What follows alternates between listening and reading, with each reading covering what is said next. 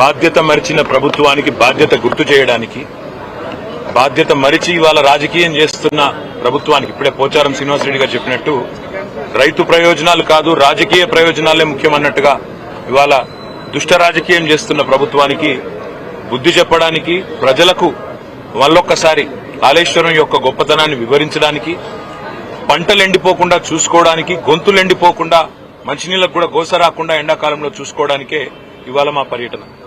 మేడిగడ్డ అనేది ఇప్పుడే పోచారం గారు చాలా స్పష్టంగా చెప్పారు. కాళేశ్వరం ప్రాజెక్టులో 3 బరాజులు, 15 రిజర్వాయర్లు, 21 పంపింగ్ స్టేషన్లు, దాదాపు 1500-1600 కిలోమీటర్ల ప్రవాహ కాలువలు, 270 కిలోమీటర్ల సొరంగ మార్గం, ఇదంతా కలిపితే కాళేశ్వరం. ఇవాళ మా ప్రయాణం మొట్టమొదటిగా ఈరోజు మేడిగడ్డ, తర్వాత అన్నారం పోతా ఉన్నాం. తదనంతరం రాబోయే రోజుల్లో అన్ని రిజర్వాయర్లు కూడా సందర్శిస్తాము, అన్ని చోట్లకు కూడా పోతాము. ఇది మొదటిది మాత్రమే, ఇవాళ పర్యటన మొదటి భాగం మాత్రమే. ప్రభుత్వం తన బాధ్యత మర్చిపోయింది.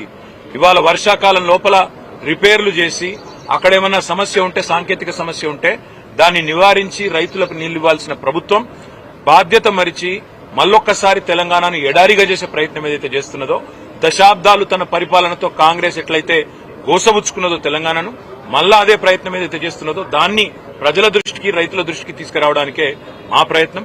మేము ప్రభుత్వాన్ని ఇప్పుడే పోచారం గారు డిమాండ్ చేసినట్టుగా అడిగేది ఒకటి, మీకున్న అభ్యంతరం ఏంది రిపేర్ చేయడానికి?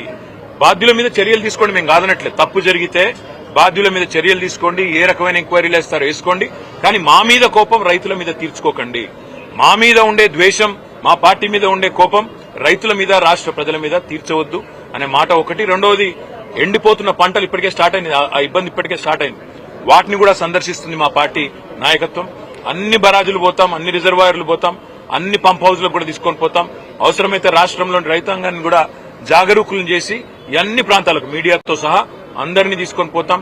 కాళేశ్వరం యొక్క సమగ్ర స్వరూపం, ప్రజాధనంతో కట్టిన ప్రాజెక్టును ఇవాళ పూర్తి స్థాయి దుష్ట ఆలోచనతో, ఒక కుట్రతో కూల్చే ప్రయత్నం ఏదైతే ప్రభుత్వం చేస్తున్నదో, వరద నీటిలో కొట్టుకపోవాలి, రిపేర్ చేయకపోతే వర్షాకాలంలో వరద వస్తే మొత్తం బరాజ్ కొట్టుకపోవాలన్న ఆలోచన ఏదైతే చేస్తున్నదో దాన్ని ప్రజలకు చెబుతాము.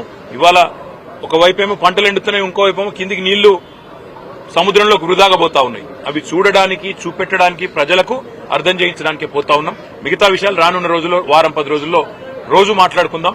తప్పకుండా మా నాయకులు అందరం కూడా అన్ని రిజర్వాయర్లు గాని, అన్ని పంపింగ్ స్టేషన్లు గాని, అన్ని ప్రవాహ కాలువలు గాని అన్ని చోట్ల కూడా పోతాం. ఇది మొదటిది మాత్రమే మాట నేను మీకు విజ్ఞప్తి చేస్తాను.